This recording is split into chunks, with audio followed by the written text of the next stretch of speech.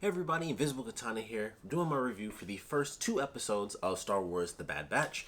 May the 4th be with you, happy Revenge of the 5th. Obviously, I'm super late on both of these things. Well, technically, I'm not late for the second episode, but I wanted to do the first one. Unfortunately, my daughter's 6-month appointment was on the 4th, so it was like, can't really watch the show.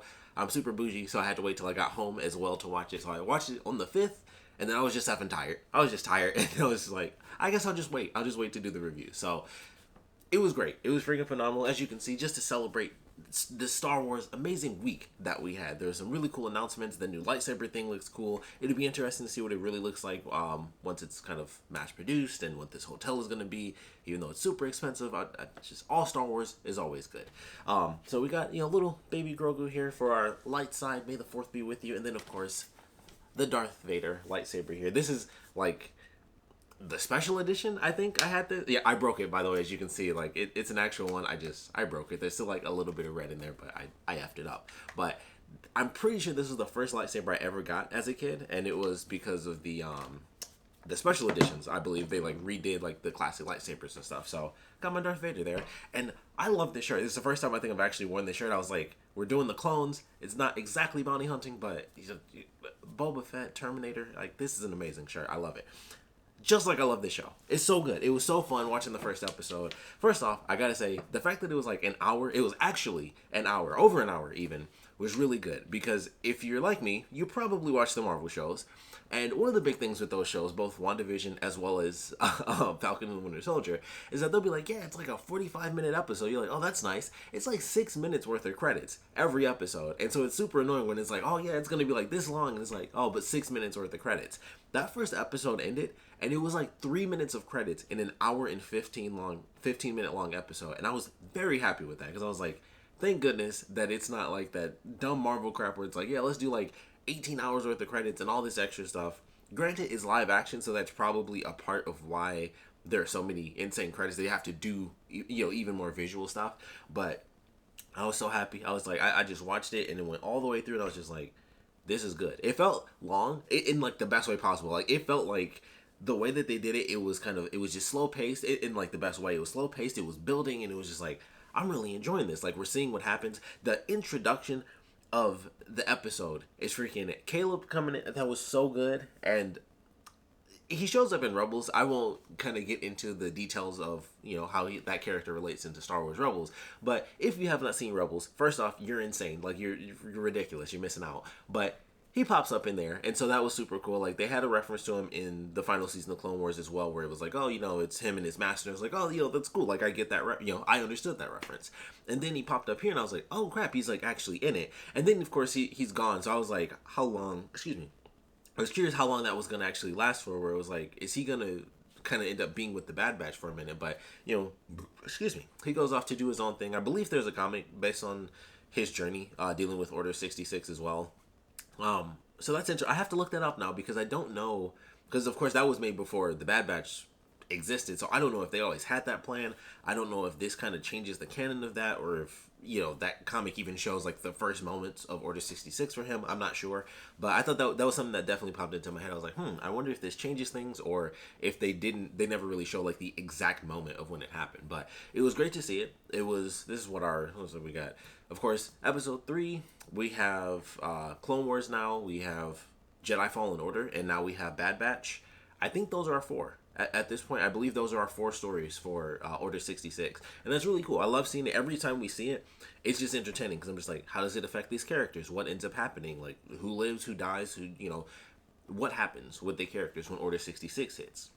And I loved it. I thought it was really good. And of course, this season, I'm excited to see how it plays out. We have these clones who have been, augmented. They're very special. We do find out in the first episode that they originally, I think, made like 20 of them or something like that. And they only have 5 left, including Omega, our new character. So that's very interesting. And I'm very curious who the F she's a clone of, because I'm like, I know this isn't the answer, but no joke, the only person that she even remotely looks like to me is Duchess Satine. And I'm like, that's not the answer.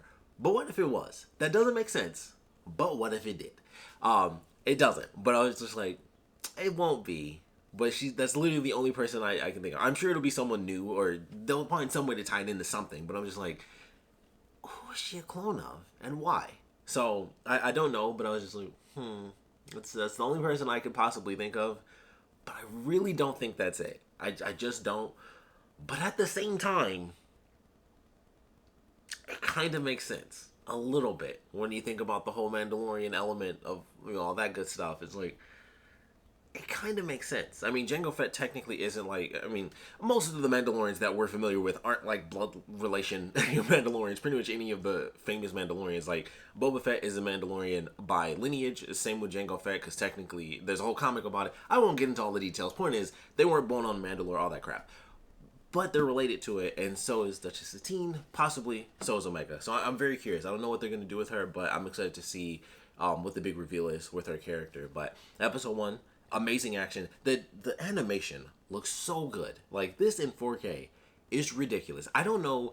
It's been like a full year since we had Clone Wars. But I'm just like, maybe it's just the way that they've gotten used to it or something, because that they did that for the first season. It was like, okay, this is kind of us getting into it, and then the last 4 episodes for sure were like, oh crap, they even did the red banner in the beginning of this first one, and then they burned it away, and it's the Bad Batch. But even the beginning of the first episode of Bad Batch felt like the last 4 episodes of Clone Wars, because there was definitely a difference. Because I was like, they definitely did more like cinematic stuff where it was like the big close-ups and things like that for those last 4 of Clone Wars.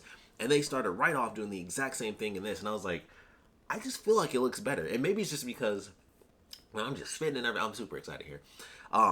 Maybe it's just because they do more close-ups or something like that. I don't know what it is, but I was just like, there's just moments in this where I'm like, this looks better than the Clone Wars did. Like I said, the last 4 episodes were very different, where it was, it was just there. It was movie level for sure. And I felt like this started off the exact same way. And even episode 2, I still felt like had some of those scenes as well, where it was like just when they would do close-ups or they would just do certain shots in the lighting.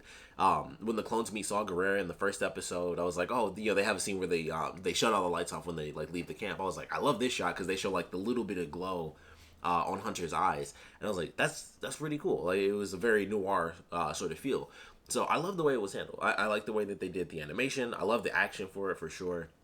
Story, of course, is the thing that entertains me the most. So they're dealing with Order 66. They're trying to figure out what's going on. We of course have the one dude who I can't remember, who's the only person that turned on. Like, I remember everyone's name except for like the sniper guy. But he, of course, is the one who's like, oh, he's the only one who's like fully or somewhat affected by the inhibitor chip.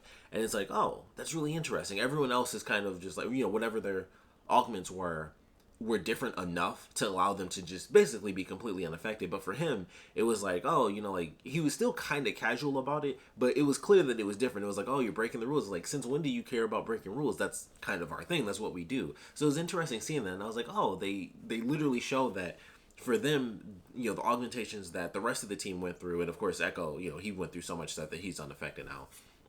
But the way that they did it, it was like, whatever they did specifically, they all kind of just passed, and it was just like, oh yeah, we aren't, no big deal. And for him, he's almost subconsciously affected, and I thought that was a really interesting way to play that throughout the episode. I almost wish we got to see that a little bit more, but at the same time, it's like, we knew what was going to happen, so it was kind of fine that they dealt with that within the episode, and now we'll get to see him as like the guy that hunts them down throughout the series, which I'm excited for. I think that's really cool. Speaking of Terminator, I think that's a great way to do it, and he'll lead his own team against his former teammates, and I love that idea. It does worry me. I think we all have this question, but like, are we in a Rogue One situation, or is this kind of like a Clone Wars sort of deal? Because it's like, technically, there are only 2 people as far as like the ending of Clone Wars went. It was like they made it out okay, but not everybody does. So I'm just like, I don't know how this is gonna go. I don't know if we should expect them to just be like, yeah, and they lived happily ever after. They just grew old as clones, and Omega did her thing or whatever. And I'm just like, I don't know about this. We might be dwindling down to about 3 characters, because they can't kill Echo, because that's just effed up. You can't do that. So Echo is safe. He has to be, or otherwise that's, like, people are going to be real messed up. So I hope they don't kill off Echo. So Echo is safe. And I think it's fair to say Hunter's safe, because he's, of course, the leader of the Bad Batch. And then Omega is safe, because they have that father-daughter relationship where he's kind of getting into that role. So I'm like, I think those are 3 characters. I'm like, I don't mind Wrecker. I don't mind Tech. But they might not make it. We have like 15 episodes or something crazy. We have like way more episodes than I thought we did. Like, we have an insane amount of episodes for this show, actually. And I'm just like, I hope they make it, but I'm definitely worried. So I'm looking forward to it. Episode 1 was freaking unbelievable. We had, Grand Moff Tarkin in there. They had, of course, all the clones. They even had a food fight a little bit of, with the clones. I believe the droids in the first episode were like the precursor to the Dark Troopers, which I thought was pretty interesting, which, show up in The Mandalorian. For anyone who hasn't seen that, they're in there. But I love that. I thought that was really cool. Them going through their whole little training segment, and then it's like, all right, use live ammunition, and let's see what they can really do. So I like that concept. Saw Gerrera was our first reference in the first episode. Episode 2 actually brings us Cut, and I thought that was cool. I barely remember the story, but as soon as I saw him, I was like, I recognize him. The face, but I was like, oh, that design. I was like, I remember him from Clone Wars. That somewhere in there we saw him, kind of leave. Or maybe that was a comic that I'm familiar with, but I'm pretty sure he's in Clone Wars somewhere in there. So I was like, oh, that's cool. Like, I remember this character, and he references Rex, who I'm sure will show up like in the next episode or a couple episodes down the line. I am curious if we're going to end up seeing Ahsoka in this episode as well, considering her and Rex were together, and I doubt they split up super fast. But at the same time, they didn't reference Ahsoka at all. It was just like, yeah, Rex kind of came through, and it was like, he didn't reference at all that he came through with the Jedi. Like, that would have been a pretty big deal. Like, yeah, Rex came through and he told us about this, and he was with the Jedi and stuff. Like, he didn't say that. He was just like, yeah, Rex came through. Like, he'd be leaving out a giant chunk of information, and he clearly seemed like he trusted him, so I doubt that was, like, keep it a secret sort of deal. But I thought that was interesting. I was like, okay, so Rex is going to be in here. Like I said, Ahsoka may or may not show up. Who knows who else is going to show up? I know we're supposed to get Fennec Shand from The Mandalorian, so that's super cool. And I'm excited. I'm definitely excited to see what other characters we get that we didn't see in the trailer. Saw Gerrera, I do believe was one of them. He may have been in the trailer, but also at the same time, it's Saw Gerrera. I know they like throw him in a bunch. I just don't really care about his character. If I'm being totally honest, like that dude. If anything, that guy has like, for such a young character as far as like canon wise for the Star Wars universe, I swear that dude, I feel like he pops up in everything, and I'm just like, wow, he's just being all this stuff. He's literally in like the last like 3 or 4 things that have been made in Star Wars, not counting like the new trilogy. He's been in it. I'm like, he was in Rogue One, he was in Rebels, he was in Clone Wars originally. I don't remember him from like the original Clone Wars, but he was in it somewhere in there. And then of course, they threw him in here, and I was just like, man, they just be throwing that dude in. Like, I feel like he shows up so much, but I think it's just because it's such a short span of time for a character that's so brand new. It's just kind of weird. Like Grand Moff Tarkin, I'm like, yeah, that makes sense. Like, of course he'd be here. Like, he was a really important dude. He's old at the beginning of Star Wars, so it was like, it kind of makes sense that he'd pop up because he was already kind of at the top. He'd be all over the place. That makes sense. But Saw Gerrera, he'd just be like, yep, I'm Saw Gerrera, I'm here now, and then eventually he's Forrest Whitaker. And so it's just like, he's just everywhere. And he never seems to really be doing anything. Just personal opinion. I'm just saying, like, he pops up, and then it's just like, you don't do much. You just be mad. When he's young, he's cool, and then when he's older, he's just mad. And so that's kind of just his thing. But I'm like, he just be popping up sometimes, and I'm like, I didn't see that one coming. And here's Saw Gerrera. But we'll see who else shows up. But I like this. I like both episodes. Episode 1, of course, I like more. Admittedly, it was an hour long, and it was like the super dark, dramatic opening to it all. And they lose a member of their team as he is officially turned over into one of the Fallen Order clones. And so I thought that was cool. I like what they did with that. I'm excited to see where that goes. I don't know how much we're gonna get of Camino and stuff, where it was like, oh, like the clones escaped, and so did Omega and stuff like that. So I don't know where any of this stuff is headed. I don't know who's gonna live or who's gonna die. I hope they all live, because it's just like, I'm on their side. They're the good guys, but it's just like, we'll see what happens. And I like that we're also seeing the literal beginning of the Rebels and the Galactic Empire. I thought that was actually super cool. They did it super fast. In the first episode, they literally already had like the symbol of the rebellion and stuff like that. But at the same time, it's just a symbol. They'd already been kind of building up anyway. Like, just the way things were going, like, you go with Rogue One and all that stuff.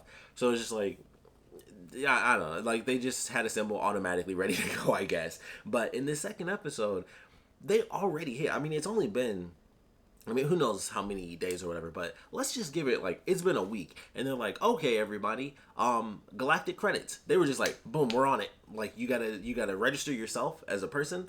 And boom, here you go, galactic credits. And then that was kind of like the lead in to the whole, like, oh, see, when the Empire takes over, everything is streamlined. Like, that's something that definitely comes up in like The Mandalorian and things like that. And I was like, wow, they were on it. Their junk was like, yeah, galactic credits. And they were instantaneous. It was like, yeah, this don't work unless you got the code and stuff.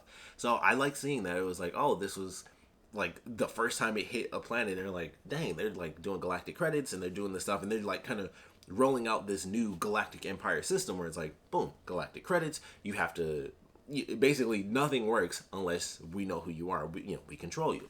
So I thought that was really cool. It was nice to see that play out, in the very first steps where it's like, dang, it was, it was a challenge for them just to leave the planet because not only were they logging all of the ships, they were logging all of the people. So I thought that was really cool. I like the way that they handled that. The action was decent. Of course, they have that emotional bit of the episode, especially for episode 2, where Hunter and Omega have that father-daughter relationship, which is why I honestly think, because I'm like, Echo is just his own thing because he's been through Clone Wars, so it's like he has to be safe from that. And then it's like the father-daughter relationship, and it's like everyone else is kind of boned. So that's just how I feel. I'm worried. I don't mind Wrecker. He's funny. The tech is cool, but they don't have the lineage of Echo. And plus, he's been through enough. They can't kill him. That would just be super rude. Like, they can't do that to Echo. After everything he's been through, and then they kill him in this, that would just be so insanely rude. They can give us some close calls, but he can't die, because that's just not fair to him. And then, like I said, the father-daughter relationship, they aren't going to do that unless they're just going to get extra, extra dark. So we'll see what happens. But I've enjoyed these first 2 episodes. I'm excited for the next one, and the next 12, I get 30, however many episodes we got. I'm excited for it. I'm glad we have a ton, if I'm being totally honest, which is weird that we have so many of this, and we had like 8 episodes or something of the final season of Clone Wars, which I don't mind. It was amazing, especially those last 4. So beautiful. But I'm excited to see where we go. But these first 2 were definitely good. Like I said, the animation, it looks so amazing. Like, you can see like it's like brush strokes. Like, I don't know who came up with that idea to be like, let's transition, and that was kind of their upgrade to have, it's like still the same CG models and everything, but it looks like everything's painted. It's like moving oil paintings, and I was just like, that looks so good. Like, it just looks amazing, especially when they do the close-up shots. That's when you really see it. And Hunter is the perfect example because he always has the face paint on, which I thought was interesting in the second episode, by the way. I was like, I know that you guys are like trying to be incognito and stuff, and Cut's got, he's got his mutton chops going, and he's, ducking the head all the time. Hunter was just out there like, yeah, I'm the Rambo guy. You see my headband and like half of my face paint. Like, I know all the clones don't know each other or anything, but I'm just like, maybe hide your face a slight bit more. Maybe it does help, because everyone doesn't know them, but I'm just like, it seems a little risky.